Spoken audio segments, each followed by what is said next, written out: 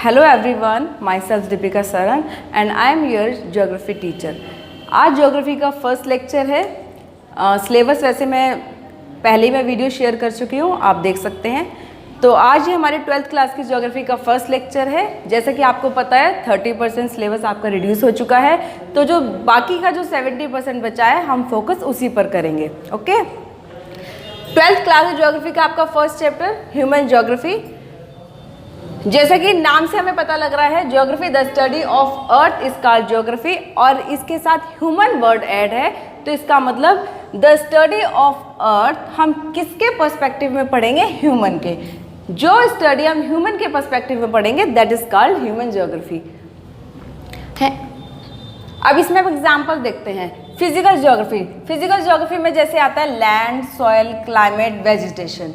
Okay, इन चीज़ों का ह्यूमन से क्या रिलेशन है और ह्यूमन पर क्या इफेक्ट पड़ता है, इसकी स्टडी हम ह्यूमन ज्योग्राफी में पढ़ते हैं। इसके लिए आपके बहुत सारे ज्योग्राफर हुए हैं जिन्होंने अपनी अपनी डेफिनेशन दिए। रेड्जल ने, एलन सी सैम्पल ने, सब ने किसी ने रिलेशन बताया है, किसी ने चेंजिंग एलिमेंट बताया है, लेकिन जो कुछ भी हम फिजिकल ज्योग्राफी का ह्यूमन के पर्सपेक्टिव में पढ़ेंगे वो सब ह्यूमन ज्योग्राफी कहलाएगा।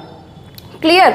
अब आपके इस चैप्टर में एक बहुत इंपॉर्टेंट टॉपिक ऐड है डिटर्मिनिज्म का एंड पॉसिबिलिज्म का, जिसको डिटर्मिनिज्म को कहते हैं naturalisation of nature and possibilism को कहते हैं ह्यूमनाइजेशन ऑफ नेचर। ये हमारी पहले की जो सोसाइटी थी वो नेचर के साथ कैसे ट्रीट करती थी और आज की सोसाइटी है वो नेचर को क्या मानती है, ये दोनों में डिफरेंस हमको इस चैप्टर में पढ़ना है। क्लियर? जो डिटर्मिनिज्म थी इसको नेचुरलाइजेशन ऑफ नेचर भी कहते हैं। क्यों कहते हैं? पहले के टाइम में जो था नेचर,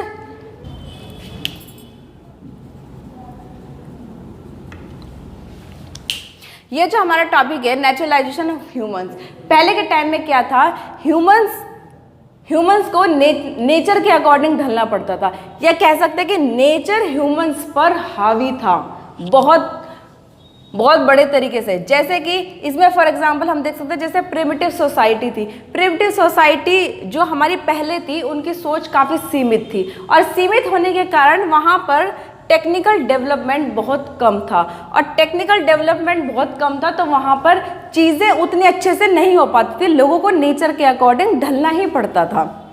जैसे वो क्या करते थे, वो लिसन टू नेचर, उनको नेचर की बात ही माननी पड़ती थी। सपोज अगर पहले की सोसाइटी के लोगों को अपने खेतों में खेती करनी है, वो लोग एग्रीकल्चर से रिलेटेड है, और बारिश नहीं आ रही है, तो उनके पास कोई ऑप्शन नहीं है उनके, क्योंकि टेक्निकल डेवलपमेंट नहीं था कि वो ये सोचे कि हम इरिगेशन सिस्टम से या किसी कैनाल से हम अपने खेतों में पानी ले आए। वो क्या करते थे, वो बारिश का इंतज़ार करते थे, वो कोई एक डिफरेंट टाइप का डांस या हवन ऐसे किया करते थे कि हमारे से रेन गॉड हमारे इम्प्रेस होंगे और फिर बारिश आएगी। तो इस तरह से वो लोग जो है, पुराने लोग जो है वो नेचर को मानते थे, वो नेचर की पूजा करते थे। वो कई लोगों जो वहाँ के लोग थे, कई लोग पेड़ पौधों को है ना बहुत पूजते थे, उनको बहुत है ना पवित्र मानते थे, इसलिए वो पेड़ों को काटने में भी विश्वास नहीं करते थे। वो पेड़ों को बिल्कुल नुकसान नहीं पहुँचाते थे। क्यों? क्योंकि वो नेचर को मदर नेचर कहते थे। वो ये मानते थे कि सब कुछ हमें मदर नेचर से मिलता है, सब कुछ हमें नेचर देता है, वो हमारी माँ है। करेक्ट? जो फिफ्थ इसमें आता है स्टेट ऑफ नेसेसिटी। यहाँ के लोग क्या सोचते थे, इस सोसाइटी के लोग ये सोचते थे कि हमें जितनी ज़रूरत है, क्लियर, हमें जितनी ज़रूरत है हमें नेचर से उतना ही लेना चाहिए, क्योंकि अगर हम नेचर से ज़्यादा लेंगे या हम नेचर को ज़्यादा नुकसान पहुँचाएंगे तो नेचर वापस ही लेता है with compound interest. Okay, nature उतना ही हमसे फिर वापस वसूलेगा, इसलिए नेचर को हम नेचर को नुकसान नहीं पहुँचाएंगे, हम नेचर से उतना ही लेंगे जितनी हमें ज़रूरत है। लेकिन जो यहाँ के लोग थे, यहाँ की सोसाइटी बिल्कुल अपोजिट थी, बिल्कुल अपोजिट। जैसे कि इसमें नाम में ही है कि ये है पॉसिबिलिज्म, तो यहाँ पे पॉसिबिलिटी शो हो रही है। यहाँ की सोसाइटी ने क्या किया कि हम पॉसिबिलिटी करेंगे कि नेचर को अपने अकॉर्डिंग ढालेंगे।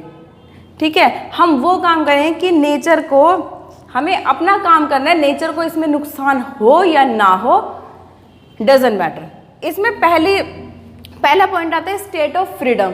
यहाँ के लोग, जैसे यहाँ पे सोसाइटी थोड़ी सीमित उसमें थे, यहाँ के लोग फ्री हैं। यहाँ के लोग फ्री हैं अपनी सोच को लेकर, वो सोचते हैं कि हमें डेवलप होना है, हमें डेवलप होना है, चाहे इसके लिए हमें नेचर को कितना ही नुकसान पहुँचाना पड़े। और इसीलिए क्योंकि यहाँ के लोग फ्री हैं, उनकी सोच फ्रीडम से रिलेटेड है, तो इसीलिए हाई टेक्निकल डेवलपमेंट है। यहाँ पे डेवलपमेंट बहुत ज़्यादा कर रहे हैं। पहाड़ों पे जहाँ पर जाना संभव नहीं होता वहाँ पर रास्ते बन रहे हैं, हाईलैंड्स पर जहाँ पे मेडिकल फैसिलिटी भी वहाँ पर मौजूद हो रही है, तो बहुत ज़्यादा डेवलप कर रहे हैं यहाँ के लोग।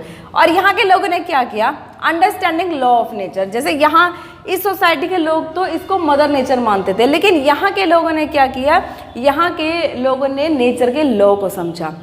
नेचर के लॉ को समझा, जैसे फॉर एग्जाम्पल इन्होंने पहले फ्रिक्शन को देखा, फ्रिक्शन की सर्च करी, तो फ्रिक्शन से इन्होंने देखा कि फ्रिक्शन से फायर जनरेट हो रही है, ठीक है, तो इन्होंने नेचर के लॉ को समझ के फ्रिक्शन से फायर जनरेट करी। दूसरा डीएनए से इन्होंने पता किया कि डीएनए से कि हम डिसीज को रोक सकते हैं, या एक दूसरे से डिसीज से जो प्रॉब्लम होती है उसको हम चेक कर सकते हैं, उनको हम टेस्ट कर सकते हैं। एक चीज इसमें और ऐड की थी, प्लस एरोडायनेमिक्स ऑफ लॉ, इसका लॉ भी समझा, जिससे यहाँ के लोगों ने क्या किया, फास्टर प्लेन्स बनाए। ओके, तो यहाँ के इस सोसाइटी में सबसे ज़्यादा है कि टेक्निकल डेवलपमेंट बहुत ज़्यादा हुआ, तो लोग बहुत ज़्यादा आगे डेवलप हुए, बहुत ज़्यादा आगे बढ़ गए। इसीलिए इस वाली स्थिति को स्टेट ऑफ पॉसिबिलिज्म कहा गया कि यहाँ पे पॉसिबिलिटी हुई, लेकिन इस वाले सिचुएशन से नेचर को बहुत ज़्यादा नुकसान हुआ। और इस वाली सिचुएशन में यहाँ के लोग कहते थे कि हमें नेचर को नुकसान नहीं पहुँचाना है, लेकिन एक बात अगर हम देखें कि अगर हम यहाँ पे नेचर को बिल्कुल भी नुकसान नहीं पहुँचाते हैं तो हम डेवलप भी तो नहीं होते हैं, करेक्ट। अगर हम डेवलप नहीं होंगे तो फिर हम आगे कैसे बढ़ेंगे। और इस वाले सिचुएशन में अगर आते हैं तो अगर इस वाले सिचुएशन में देखें तो हम यहाँ पे हमारा टेक्निकल डेवलपमेंट तो बहुत हो रहा है, बहुत हम आगे बढ़ रहे हैं, लेकिन यहाँ पे हमारे नेचर को नुकसान भी तो उतना ही हो रहा है, ठीक है ना। अब जैसे आजकल हम हर साल देखते हैं कहीं पर बाढ़ आ रही है, कहीं पर फ्लड हो रहा है, ये क्या रिजल्ट है, ये हमारा क्योंकि हम नेचर को बहुत ज़्यादा नुकसान पहुंचा रहे हैं, इसीलिए तो हो रहा है। अब ना तो हमारे लिए ये सिचुएशन ज़्यादा बेनिफिशियल है और ना ही हमारे लिए ये सिचुएशन ज़्यादा बेनिफिशियल है। अब क्या हुआ, हमें एक ऐसा रास्ता चाहिए जो इनके बीच की सिचुएशन हो, दैट मीन्स हमको इन दोनों के बीच का मिडिल पाथ चाहिए। और वो हमें किसने दिया था, वो हमारे एक स्कॉलर हुए हैं ग्रिफिथ टेलर।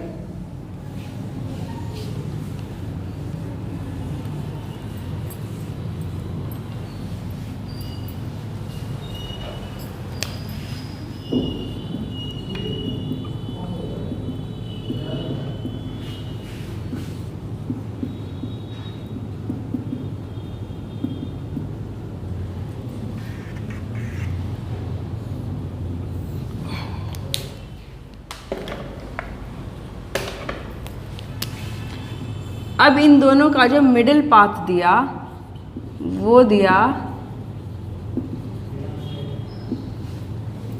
ग्रिफिथ टेलर ने। इसको कहा जाता है मिडिल पाथ। और उसको क्या नाम दिया गया, उसको नाम दिया गया नियो डिटर्मिनिज्म। ग्रिफिथ टेलर ने कहा ना तो हमारे लिए ये सिचुएशन बेनिफिशियल है और ना ही हमारे लिए ये सिचुएशन ज़्यादा बेनिफिशियल है, हमको दोनों में बैलेंस करना पड़ेगा। बैलेंस करने के लिए कि हम नेचर को नुकसान भी ना पहुंचाए और प्लस में अपना डेवलपमेंट भी करें, तो इसके लिए उन्होंने मिडिल पाथ बताया नियो डिटर्मिनिज्म का, जिसको नाम इसका नियो डिटर्मिनिज्म है, लेकिन इसने इसको एक और नाम दिया जिसको कहा जाता है stop and go determinism. Stop and go determinism. अब ये स्टॉप एंड गो डिटर्मिनिज्म क्या था, इसका उन्होंने एक एग्जाम्पल के थ्रू समझाया। जैसे हमारी स्ट्रीट लाइट्स होती हैं,